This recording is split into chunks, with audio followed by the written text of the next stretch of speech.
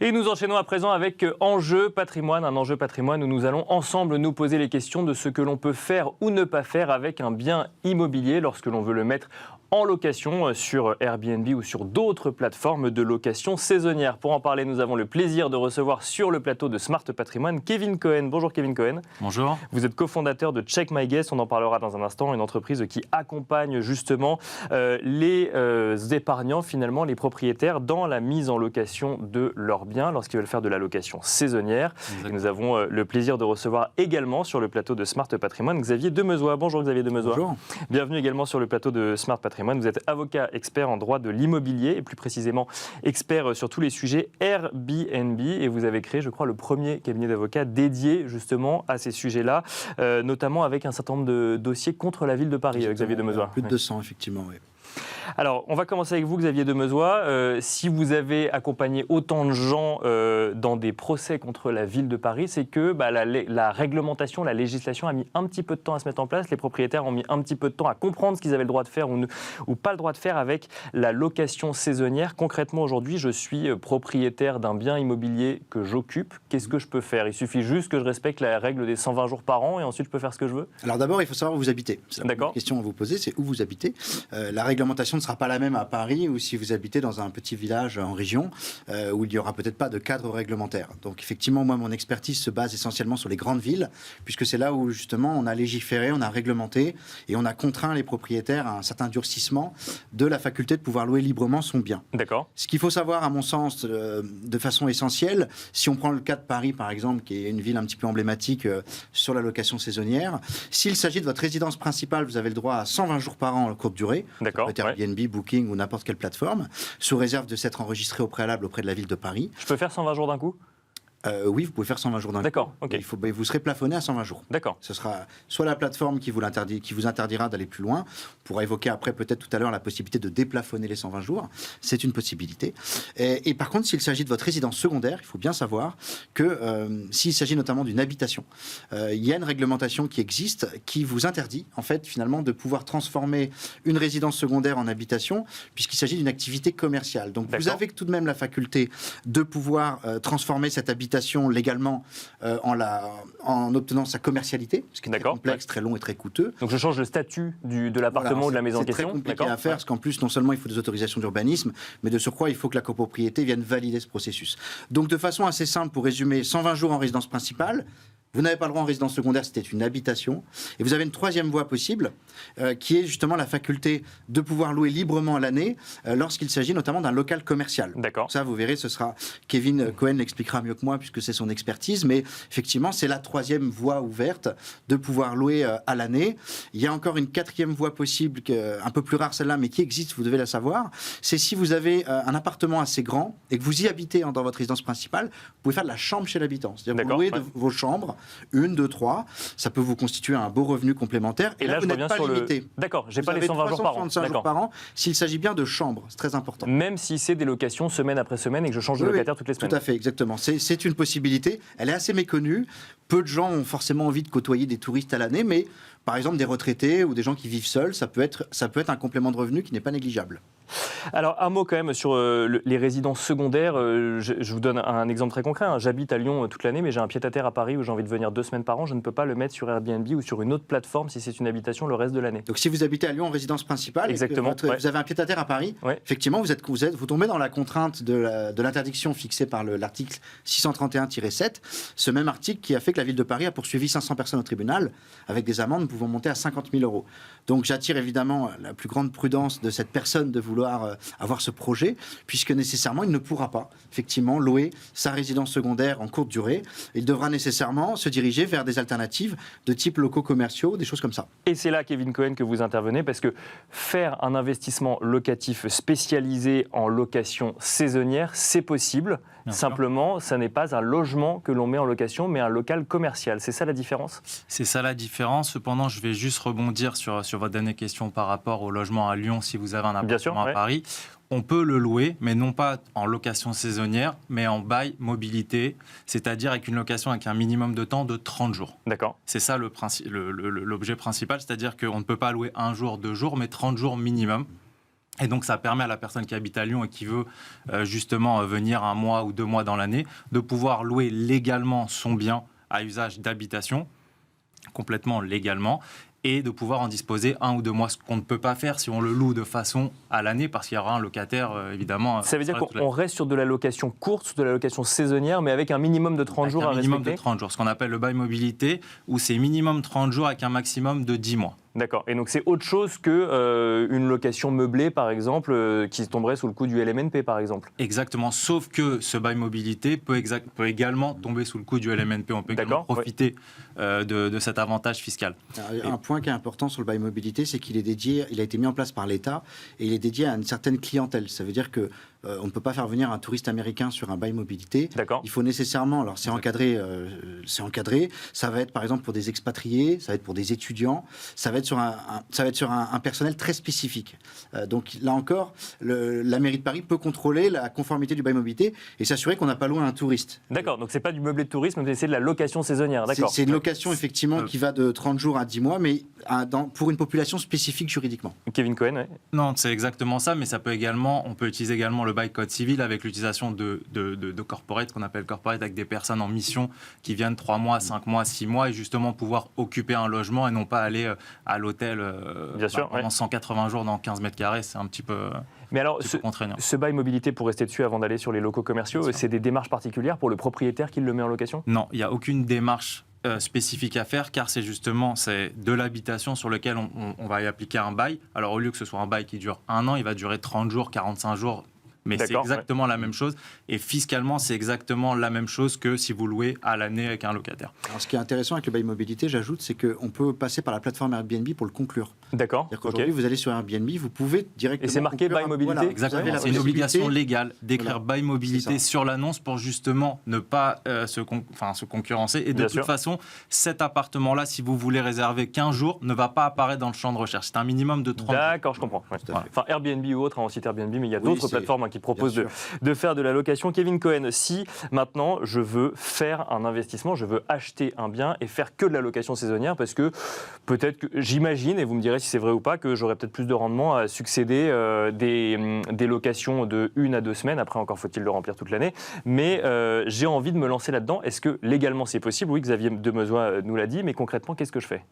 Alors, c'est très simple. Il faut, je vais rappeler une petite minute la règle légale.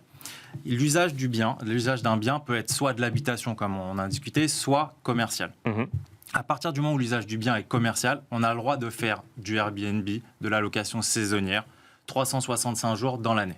Je rappelle pour ceux qui nous écoutent, quand on parle de local commercial, on parle pas forcément du coiffeur en bas de chez vous, ça peut être un appartement. Ça peut être un appartement. Alors ça peut être, en gros c'est un bien local dont l'usage est commercial, donc ça peut très bien être un premier étage qui était du bureau, ça peut très bien être un hôtel qui est transformé, ça peut très bien être une boutique, ça peut être toute chose qui avait un usage commercial. D'accord. On pouvait exercer une activité commerciale, en tout cas où on peut y exercer une activité commerciale, et nous on va donner justement une seconde vie à ces locaux.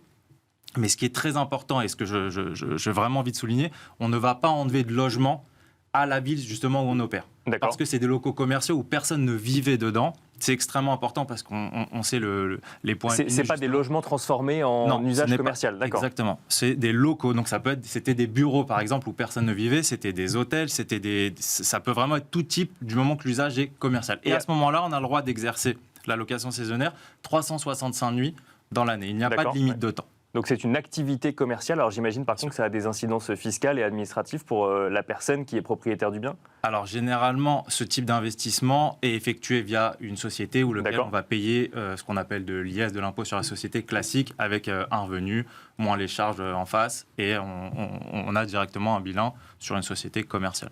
Donc c'est une activité professionnelle supplémentaire quelque part d'aller faire de la location saisonnière. Donc on trouve un local commercial et ensuite on a une activité d'hôtelier presque en fait, c'est ça ? Exactement. Alors après, tout type de locaux commerciaux ne vont pas s'y prêter. On va justement chercher, et c'est vraiment le but de notre société, c'est vraiment donner une seconde vie à ces locaux. Vous savez, dans des rues par exemple, exemple, il y a des rues passantes avec extrêmement des touristes ou beaucoup de commerces, et il y a des rues, ce qu'on appelle des zones B, des zones C, où justement ces locaux ne trouvent pas preneur. Et c'est justement là où on intervient, parce qu'un local rue de Rivoli, où il y a évidemment n'importe quelle enseigne qui veut s'implanter, va trouver preneur. Par contre, oui, on ne va pas le transformer en Airbnb, ça va être compliqué. Ça n'a pas de sens. Et puis de toute façon, pour la ville, ça n'a pas d'intérêt. Par contre, être dans une zone C, dans une rue où justement il n'y a pas de passants et que le propriétaire se retrouve avec un local où il n'y a personne qui veut lui louer, eh ben, il va effectuer évidemment un gros apport financier pour pouvoir transformer ce local en appartement, parce que c'est un coût, c'est pas un coup de blanc, il faut faire des salles de bain, il y a quand même pas mal de travaux. C'est très réglementé d'ailleurs ce qu'on doit mettre à disposition des locataires. C'est-à-dire ? Est-ce que, je ne sais pas, est-ce qu'il y a une réglementation particulière vis-à-vis de la taille de la salle de bain, vis-à-vis des services qui doivent être proposés ? Il faut respecter exactement les mêmes normes que l'habitation. D'accord. On va y faire dormir des gens, donc il n'y a pas de raison de ne pas respecter ces normes-là. Avec une fenêtre dans Châtelet-de-Vie, on ne va pas faire dormir des gens au sous-sol. Voilà, on va vraiment respecter ce cadre-là. Et à partir du moment où un logement, on respecte les mêmes normes que le logement, il n'y a pas de souci. Une question, alors on parle de location saisonnière, voire même de meublé touristique. Est-ce que finalement cette solution d'aller chercher des locaux commerciaux ne fonctionne qu'aux abords de la Tour Eiffel ou de Montmartre ou, non ? Alors non, pas du tout. Et justement, ça fonctionne partout, que ce soit dans la ville, mais même à l'extérieur de la ville. Pourquoi ? Parce que par rapport à l'offre hôtelière, généralement, un locataire qui soit même par exemple à Pantin, on a des logements qui fonctionnent parfaitement à Pantin, vous êtes à même distance, on va dire, grâce justement au RER, qu'un bien qui est dans le 20e. De la Tour Eiffel, vous êtes à la même équidistance, vous allez mettre à peu près 20 minutes. Donc on arrive même à faire dormir des gens. Évidemment que le coût va être moins important. Oui, c'est ça, la différence va être sur le coût. D'accord, je comprends. C'est pour cela. Mais ça fonctionne parfaitement dans la périphérie, il n'y a aucun problème. Et justement, alors prenons l'exemple de Paris, mais avec le Grand Paris, ça va également encore plus s'agrandir. Xavier Demezois, si je veux être dans la légalité et que j'ai envie de faire des investissements immobiliers en meublé de tourisme, finalement, c'est la seule solution, c'est d'avoir des locaux commerciaux. C'est ça, c'est de professionnaliser. Disons que les locaux commerciaux, effectivement, c'est aujourd'hui une voie qui devient importante. Alors, une précision également à apporter. Je sais que la société, notamment de Kevin Cohen, prend soin de vérifier cette situation-là. C'est le fait que lorsque vous avez un local commercial, effectivement, donc on a vu, il dispose de la commercialité, mais vous devez également être vigilant d'obtenir toutes les autorisations d'urbanisme qui vont avec. D'accord. Pour faire très court, la ville de Paris, par exemple, va vous accorder la faculté de faire de l'hébergement touristique. D'accord. Donc ça ne va pas automatiquement avec le local commercial. Non, ce n'est pas automatique. Okay. Il y a cette démarche à faire d'urbanisme que les professionnels, évidemment, font et sont vigilants à faire. Mais vous avez également, deuxième voie à vérifier, c'est de vous assurer notamment qu'il n'y a pas de contre-indication dans votre règlement de copropriété. D'accord. Il ne faut pas oublier que quand vous exercez une activité, vous devez répondre de la réglementation extérieure, mais de la réglementation à l'intérieur de l'immeuble. C'est le règlement de copropriété. Donc ce sont deux points de vigilance. À ce sujet-là, justement, l'avocat a un rôle, je pense, assez important, en amont des projets ou en aval, de s'assurer, lorsqu'on a un projet, mais des professionnels le font déjà systématiquement, mais lorsqu'il y a un doute, effectivement, il m'arrive très souvent de conseiller des gens pour leur expliquer le potentiel de leur activité ou les éventuelles limites. Kevin Cohen, alors j'en ai un petit peu parlé au début, j'aime bien parler de couple rendement-risque quand je prononce le terme rendement dans cette émission. Quel rendement on peut imaginer sur un investissement comme celui-là et quel risque associé au rendement ? Bien sûr, alors on est très fiers de pouvoir annoncer que nos partenaires qui sont sur la courte durée obtiennent un rendement, donc le rendement moyen est supérieur à 10%. D'accord. Chez nos propriétaires. Pour ça, sur il faut la louer moyenne toute l'année ? durée, oui, on loue toute l'année. On a un taux d'occupation qui est aux alentours de entre 85 et 86%. Sur toute l'année. Et ce qui est très important, c'est que même sur l'habitation, où justement les rendements sont très bas, et on le voit avec la hausse des taux qui a un impact assez considérable sur justement l'investissement résidentiel ou même sur les commerces, qu'on arrive à obtenir un rendement supérieur à 6% sur notre activité de moyen terme, donc ce qu'on appelle le bail mobilité ou le bail code civil, ce qui permet justement avec cette hausse des taux de pouvoir continuer à investir dans cette classe d'actifs-là qui est, si on sort pas de cette classe-là, ouais. Honnêtement, on peut plus investir compte tenu des taux qui avoisinent les 4%, on ne peut pas... Et alors, quels sont les risques associés à un rendement comme celui-là ? Alors, vous avez, malheureusement, on a eu ce risque du Covid, par exemple, qui est où là, d'un coup d'un seul, plus personne ne vient, bien sûr. Oui. Alors, je tiens quand même à rappeler que même pendant le Covid, nos investisseurs ont pratiquement tenu les crédits. D'accord. Pourquoi ? Parce qu'on a allongé évidemment la durée de séjour. Et puis après, vous savez, le taux d'occupation, c'est une chose, mais à partir du moment où vous bougez les prix, le taux d'occupation va également bouger. Donc évidemment que pendant le Covid, on a baissé les prix, mais même en baissant les prix, comme je vous dis, on a pratiquement payé le crédit, ce qui représente quand même un taux de rentabilité pratiquement avoisinant à 4,5%, ce qui est quand même pour ce qu'on appelle le worst case ever. Bien sûr, oui. Ce qui est... donc le risque, c'est quoi ? C'est l'occupation ou Non, c'est que le prix baisse un petit peu, mais comme on a des rendements qui sont de 10%, même on va dire si on... Pour parler vulgairement, on passe à travers, on va quand même sur des rendements à 6-7%, ce qui est déjà largement supérieur à tout autre type de classe d'actifs. Xavier Demezois, pour finir, si je veux me lancer, alors effectivement, en local commercial ou de manière plus générale, qu'est-ce qu'il faut que j'ai en tête absolument en tant qu'épargnant, peut-être pas forcément très au fait de... Je pense que la première chose à faire, encore une fois, je pense que le conseil juridique est important, ou des professionnels, effectivement, qui connaissent bien les sujets juridiques.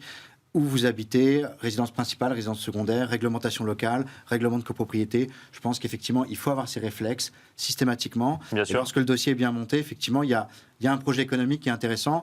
N'oublions pas qu'on est à quelques mois des Jeux Olympiques. N'oublions pas que l'offre hôtelière ne pourra pas répondre aux millions de personnes qui sont attendues à Paris. Et que je pense, à ce moment-là, de façon incontestable, l'allocation de courte durée constituera un enjeu primordial pendant cette période. Et on finira là-dessus. Merci beaucoup Xavier Demezois, avocat expert en droit de l'immobilier et plus particulièrement en Airbnb. Merci Kevin Cohen, cofondateur de Check My Guest. Merci à vous de nous avoir suivis et à très vite sur Bismart.